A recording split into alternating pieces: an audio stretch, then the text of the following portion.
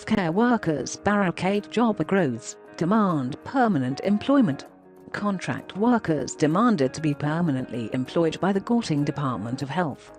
Amid a pre-election wave of protests across the country, about 500 community healthcare workers who are contractual employees of the Gauteng Department of Health blocked Joburg city streets, demanding that the Health Met come to address them and accept a memorandum of their demands.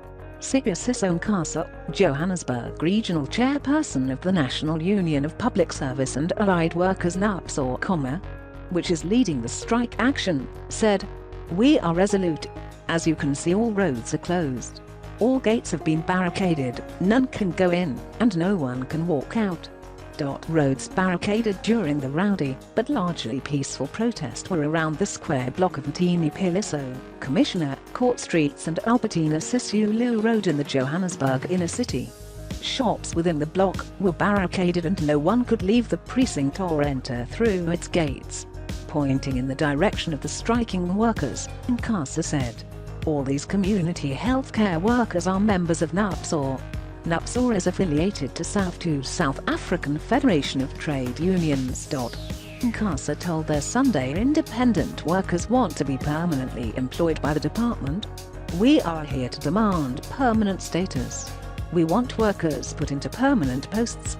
Nkasa said Nupsaw had been in discussions with the Gauteng Department of Health and reached a resolution last year at the Bargaining Council to elevate community primary healthcare workers from contractual to permanent status. He accused the department of reneging on the agreement and not responding to their communication concerning their demands. "The department is not responding. They promised to revert to us. We've granted them time, and they have not come back to us. They are not even willing to come out and address us. The department has been reluctant to come on board and actually resolve some of the issues which go hand in hand with the June resolution. We are waiting for a response from the department."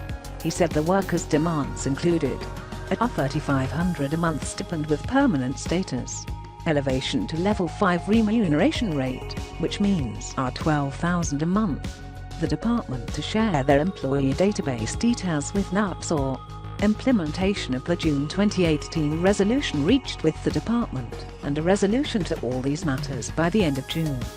He said, "Workers want to ensure that, come end of June, they are permanent.